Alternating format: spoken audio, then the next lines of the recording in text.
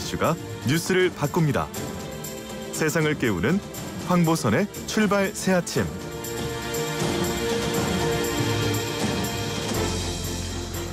네, 자 아침에 정치의 맛을 느껴보는 시간입니다. 국수대담입니다. 김남국의 국, 박소영 예수 국수대담. 자, 먼저 김남국 더불어민주당 의원 전화로 연결합니다. 안녕하십니까? 네, 안녕하세요. 살고 싶은 도시 생생도시 안산 단원을 김남국입니다. 예, 자 그리고 박수영 국민의힘 의원 전화로 연결돼 있습니다. 박 의원님 안녕하십니까? 예, 안녕하세요. 박수영입니다. 예, 자 두 분 어제 간밤에 늦게 그 서울시장 후보 두 분 그 TV 토론회 좀 보셨습니까? 네, 맞습니다. 예. 유튜브로 시청을 했는데요. 예. 오늘 아침에 보니까 조회수가 거의 28만을 넘어가서 예. 와, 국민들이 정말 많은 관심을 가지고 있구나라는 생각을 했습니다. 그렇군요. 알겠습니다. 자, 두 분은 이번 토론 어떻게 평가하십니까? 판정 좀 해주시죠. 먼저 김남국 의원부터. 예. 네, 토론을 통해서 이제 국민들이 보고 싶어 하셨던 것이 분명 있을 거라고 생각이 되는데요. 예. 우선은 이 정책이라고 하는 것들이 우리 삶에 영향을 미치는 것이 크기 때문에 이 서울시장 후보자가 어떤 정책을 가지고 있는지 아마 많은 시청자, 시민분들께서 그 정책을 눈여겨봤을 거라고 생각이 되고요. 그 다음 두 번째는 여러 가지 의혹과 관련된 부분에 대해서 후보자가 어떤 태도, 어떠한 표정으로 이렇게 해명을 하는지 그 해명이 그리고 또 합리적이고 납득할 만한 것인지 이러한 것들을 좀 주요하게 봤을 것으로 보이는데요.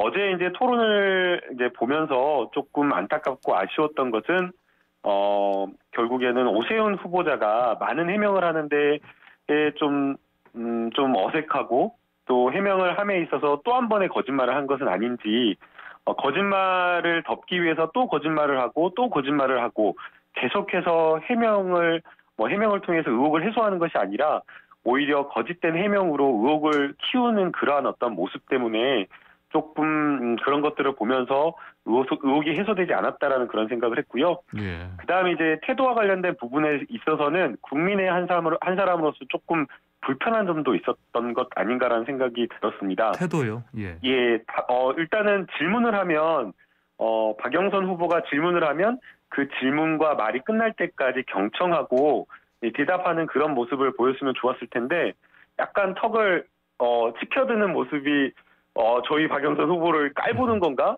약간 그런 오만한 태도에 약간 저는 불편함을 느꼈고요. 예. 또 말을 끝까지 듣지 않고 계속해서 끼어들고 말을 자르고 이렇게 이야기하는 모습에서 조금 저는 토론하는 어떤 그런 태도도 조금 적절하진 않았다라는 그런 생각이 들어서 예. 이런 지점에 있어서는 오세훈 후보가 실점을 하지 않았나라는 그런 생각을 했습니다. 예, 그렇게 지켜보셨군요. 자, 박수영 의원님께서 어떻게 보셨습니까? 예, 저는 보신 시청자 여러분들께서 그 오세훈 후보가 훨씬 잘했다는 데 대해 이견이 없을 거라고 봤습니다. 사실 박영선 후보의 경우에는 답변에 우선 구체성이 없어요. 예산 규모, 예산 조달 방법 엄청나게 많은 공약을 내놨는데 예. 그 돈을 어떻게 확보할 건가에 대한 답을 구체적으로 내놓지를 못했고요. 중간에 말 끊기나 말꼬리 잡기는 박영선 후보가 더 많이 한 것 같고 눈을 깜빡이고 과도한 제스처를 쓰고 이래서 보는 분이 상당히 불안정한 후보라는 느낌을 갖게 만들었던 것 같고 반면에 우리 오세훈 후보 같은 경우는 표정이 사실 시종일관 아주 여유 있는 표정이었고 몸짓도 상당히 절제가 되고 여튼 미소를 계속 띄우고 있었거든요. 그다음에 답변에도 정책 문제에 대한 답변에 가서 아주 구체적으로 첫째, 둘째, 셋째 이렇게 구체적으로 해줬기 때문에 저는 시청자들 좀 있으면 여론조사 나오겠습니다만은 이견 없이 오세훈 후보가 더 안정적인 후보다. 역시 시장을 두 번 했기 때문에 안정적으로 시정을 운영하겠다는 느낌을 가졌을 거라고 보고 있습니다. 예, 자 알겠습니다. 토론 실력 평가가 좀 다르네요. 알겠습니다. 자 그러면 어제 그 예상대로 사실 오세훈 후보 그 내곡동 땅 그 셀프 보상 의혹 가지고 서로 설전을 벌였는데 자 좀 어떻게 보셨습니까? 그 김남국 의원께서 보시기에는 오세훈 후보 의혹 좀 여기서 좀 제대로 좀 해명을 했다 보십니까? 네, 전혀 해명이 되지 않았고요. 정치인의 거짓말이라고 하는 것은 굉장히 심각한 도덕성의 문제인데 이런 부분에 대해서 제대로 된 검증이 안 된 것 같습니다. 내곡동 의혹과 관련되어서는 뭐 여러 가지 쟁점이 있겠지만 크게 세 가지라고 생각이 됩니다. 첫 번째는 이 사업을 하는 과정에서 정말 이 땅의 재산이나 이런 것들을 몰랐냐라고 하는 부분인데요. 오세훈 후보 같은 경우에는 처음에는 땅 존재를 몰랐다고 밝혔다가 그 다음에는 이제 땅 존재라고 하는 것을 재산 신고 내역을 통해서 알게 되니까 막 비판을 받으니까 그게 아니라 사업 진행을 몰랐다라고 또 다른 거짓말을 했거든요. 그런데 이 부분에 대해서 국장 정결이라고 하면서 계속해서 자기는 모른다라고 시장이 몰랐다라고 이야기를 하는데 상식적으로 아마 모든 국민이나 시민들은 그렇게 생각을 할 겁니다.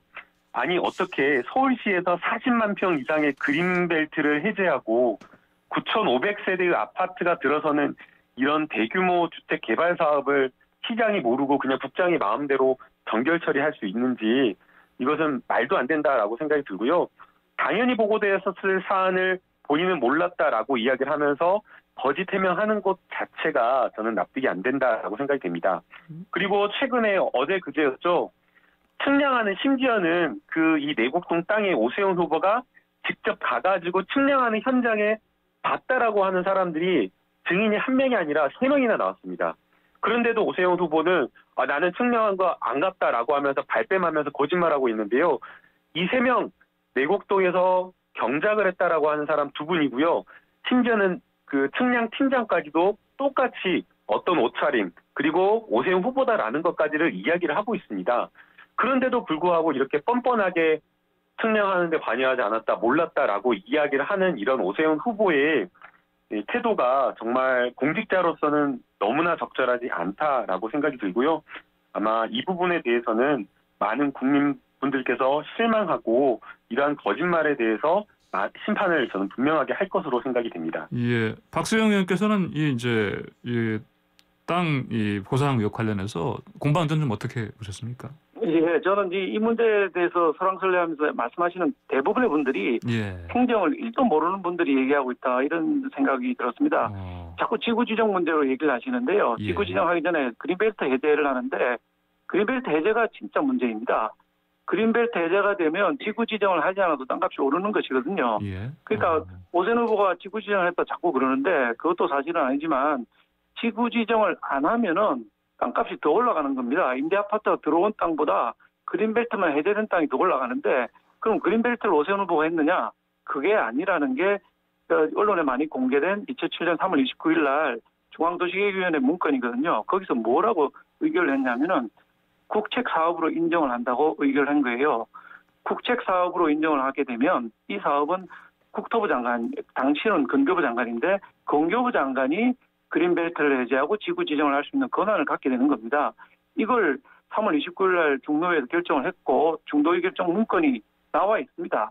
다시 말해서 이 그린벨트 해제가 중요한데 이거는 이미 국토부 장관이 한다고 표시가 되어 있는 것이고요.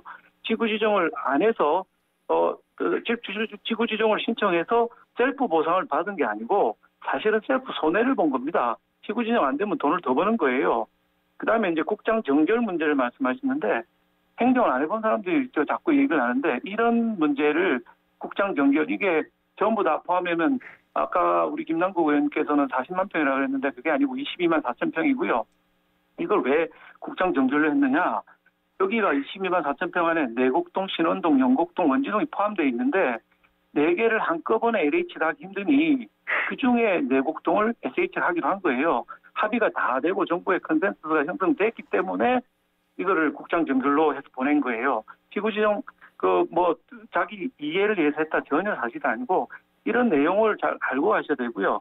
그다음에 측량했던 사람 3명이 오세훈 후보 봤다고 하는데 이 문제는 그 국토정보공사에서 측량할 때 누가 입회했는지 다 기록하고 사인을 받아놨을 거라고 보고 있기 때문에 정보공개 청구를 했습니다.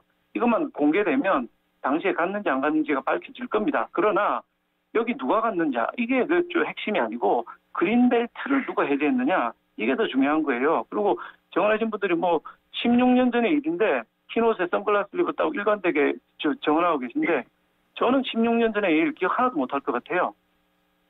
예, 알겠습니다. 제가 행정학을 학부에서 전공하고 대학원에서 행정법을 박사학위 수료를 했는데 박수영 의원님께서 말씀하신 내용이 너무 어려워서 이해가 좀 잘 안 되는데요. 지금 여러 가지 서울시에서 하는 보금자리 주택지구 지정안이라고 하는 것을 마음대로 서울시에서 이렇게 하는 것이 아니고 결국에는 국토교통부와 서울시가 협의해서 하도록 되어 있고요. 그리고 이 서울시가 이러한 어떤 큰 사업을 결정을 할 때에 과연 국장이 마음대로 결정을 할 수 있겠는가, 너무나 상식적인 일이라고 생각이 됩니다. 그리고 그러한 어떤 서울시 보금자리 주택지구를 지정할 때에 분명히 오세훈 후보가 그렇게 측량까지 했던 땅이고 처가의 땅이 거기 있다라는 것을 안다라고 하면 공직자가 어떻게 행동해야 되는지, 그것은 너무나 당연한 이치에 따라서 이해충돌의 문제가 발생하기 때문에 그것을 회피하고 거기에 따라서 청렴하게 행동하는 것이 국민의 요구이고 저는 상식이라고 보이고요. 그러한 어떤 눈높이에 봤을 때 오세훈 후보의 어떤 행동이나 이런 것들에 있어서 해명에 있어서도 그렇고 그러한 어떤 부분에 있어서 매우 좀 부적절한 지점이 있기 때문에 이러한 부분은 분명하게 좀 비판을 받을 부분이 있다라고 저는 생각이 됩니다. 예, 알겠습니다. 제가 반론을 행사하겠습니다. 네, 박성 의원님. 예. 예, 2006년 오세훈 후보가 시장이 되기 전에 이 지역은 이미 국토부에서 예정지역으로 지정을 했다가 2007년 3월 29일 날 중도위를 통해서 지정을 그린벨트 해제를 하겠다, 국책 사업을 하겠다고 한 것이고요. 이 사건이 사실 방금 말씀하셨지만은 김남국 의원은 잘 모르시는 부분이 뭐냐면은 9만 평, 즉 30만 제곱미터를 넘어가는 부분은 국토부가 해야 되고 그거보다 작으면은 지방자치단체장, 광역단체장이 할 수가 있게 됩니다. 9만 평인데 이 사업이 12만 4천 평입니다. 서울시장이 할 수 있는 범위를 넘어선 거예요. 그래서 국토부가 국책 사업으로 하겠다고 했고 이 그린벨트 해제라든지 지구지정 권한은 전부 국토부에 있는 겁니다. 다만 국토부가 아까도 말했지만 내곡, 신원, 염곡, 원지 4개 동이니까 너무 크고 그때 당시에 노무현 정부에서 임대주택 100만 호를 빨리 추진하기 위해서 이걸 쪼갠 거예요. 이게 내곡동은 SH가 하라 하고 지정을 해줬기 때문에 지정 요청을 한 겁니다. 내부적으로 의논을 다 하고 했기 때문에 국장 전결을 갔다는 거예요. 그거를 국토 행정 내부를 아는 사람은 다 아는데 잘 모르겠다고 하시면 안 되죠. 네, 제가 하나 말씀을 드리면요. 국토부의 권한이 있다라고 해서 서울시가 마음대로 결정 못했다라고 하는 것은 말도 안 되는 면피라고 보이고요. 이 지금 내곡동 임대주택 개발 계획안과 관련되어서는 당시에 서초구청과 주민들이 반대해가지고 2006년도에 좌초됐다가 결국에 서울시가 다시 지정한 제안 대출을 2009년도에서 진행될 수 있었던 사업입니다. 주민들과 구청, 국민들이 반대했던 사업들을 다시 추진할 수 있었던 계기가 되는 것은 국장의 마음대로 그것을 권한을 행사할 수 있다는 것은 말이 안 된다고 보이고요. 결국 이 부분에 대한 결단은 서울시장이 최종적으로 의사결정을 하고 결단을 내렸기 때문에 가능한 것으로 보고 있기 때문에 그렇기 때문에 여기에 대해서 셀프 보상 의혹이 지적이 있다라고 저는 보고 있는 겁니다. 예, 그렇게 보실 수 있지만 사실 내용은 그게 아닙니다. 이게 2006년, 2007년 두 번의 결정이 있었는데 이게 2005년 8월에 지구지정 제안이 들어가게 됐는데 아까 말씀드린 대로 지구지정 제안을 안 하면은 돈을 더 버는 거고요. 이게 왜 이렇게 늦어졌느냐 하면은 중도위에서 국책사업 인정할 때 6개의 조건을 걸어서 조건부 의결이라는 거 합니다. 일부는 조건부 의결이나 의결 아니다 이렇게 얘기하는데 제가 도시계획위원회 위원장을 오래 했습니다.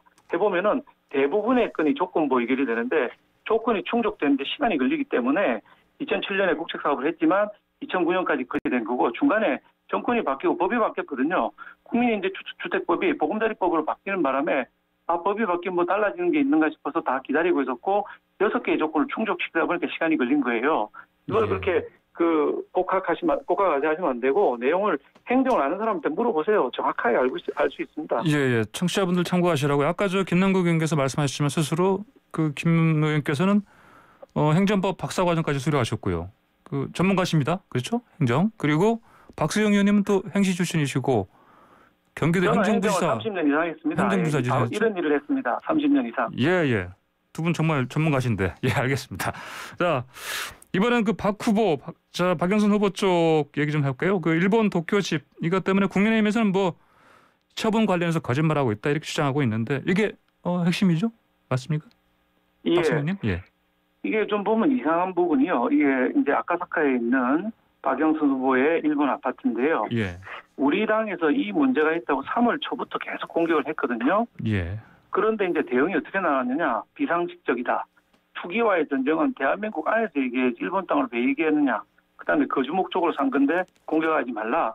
이렇게 거의 20일 이상 공격을 받았는데 아무 그 대응이 없다가 21일 날 드디어 이제 처음으로 처분했다. 2월 달에 처분했다. 이렇게 반응을 했습니다. 예. 그런데 그 다음날 저희가 이제 등기부등본을 일본에서 떼보니까 안 넘어간 거예요, 소유권이. 그러니까 다시 계약은 했는데 잔금을 뒤에 받기 때문에 등기부 아직 안 넘어갔다. 이렇게 얘기를 하신 거예요. 첫째는 한 20일 동안 공격받으면서 그때는 왜 처분 얘기를 안 하고 공격을 받았을까? 상식적으로 잘 이해가 안 가고, 만약에 계약을 해서 이게 2월 달에 계약해서 다음에 등기가 넘어가는 거라면은 계약 사본을 공개해서 이때 계약을 했다. 정확하게 밝히면 될 건데 계약 사본을 지금 내놓고 있지 않은 거거든요. 그다음에 거주 목적이라고 했는데 실제로 언론에서 밝혀진 게 11년 보유한 것 중에 8년은 임대해서 임대 수익을 상당히 얻었다는 거 아닙니까? 그냥 말씀하시는 게 앞뒤가 잘 안 맞는다 이런 생각을 하고 있습니다. 예, 김남국 의원님. 네, 이건 뭐 큰 문제가 되는 것은 아니라고 생각이 들고요.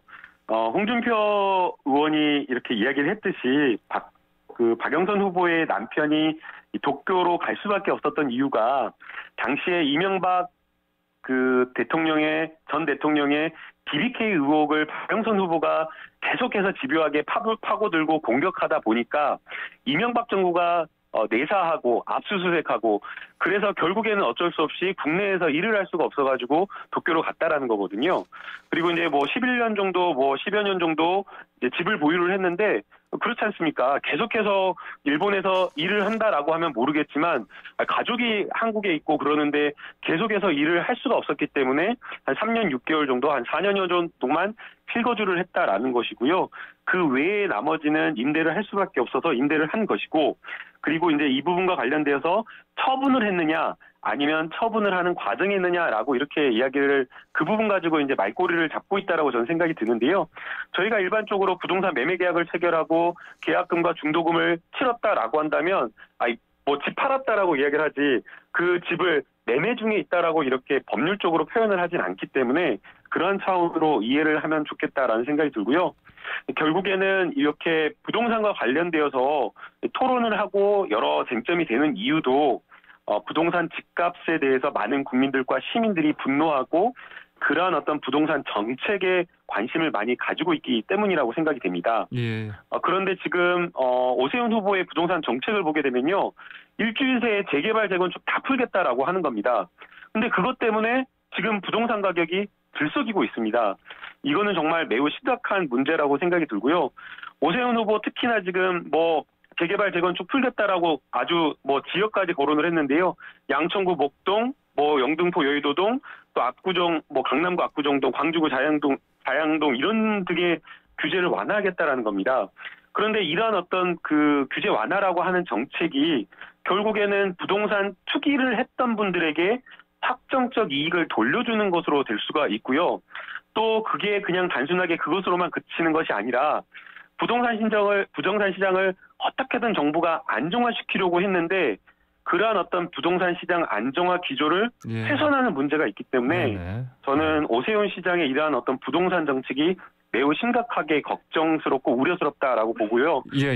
그런 차원에서 이 박영선 후보가 규제를 푼다고 하더라도 지금 현재 정부가 가져가고 있는 부동산 시장을 안정화하는 그 기조를 훼손하지 않는 선에서 재개발, 재건축 규제를 풀고, 그리고 규제를 푼다고 하더라도 강남의 이런 어떤 재개발, 재건축 그쪽이 아니라 정말 낙후되었던 우선순위를 정해가지고 낙후되었던 강북 쪽의 재개발, 재건축 이런 쪽을 공급을 이쪽으로 더 먼저 늘리자라는 박영선 후보의 이런 어떤 공급 정책이 훨씬 더 합리적이지 않나 저는 이렇게 보고 있습니다. 알겠습니다. 규제 완화 관련해서 말씀하셨는데 마지막으로 지금 박수영 의원님 말씀 듣고 좀 마무리해야 될 것 같습니다. 아니 박영선 후보 일본 아파트 얘기하다가 갑자기 왜 서울에 그 부동산 정책이 나옵니까? 재개발, 재건축 허용해서 부동산 가격 올라오고 안정이 깨진다고 하는데 부동산 가격 올라오고 안정 깨진 거는 25번의 실패한 정책을 낸 문재인 정권 때문에 올라간 거지 뭐 오 후보 공약 때문에 부동산 정책이 깨지고 안정이 깨지고 집값 올라가는 거 아닙니다. 25번 실패로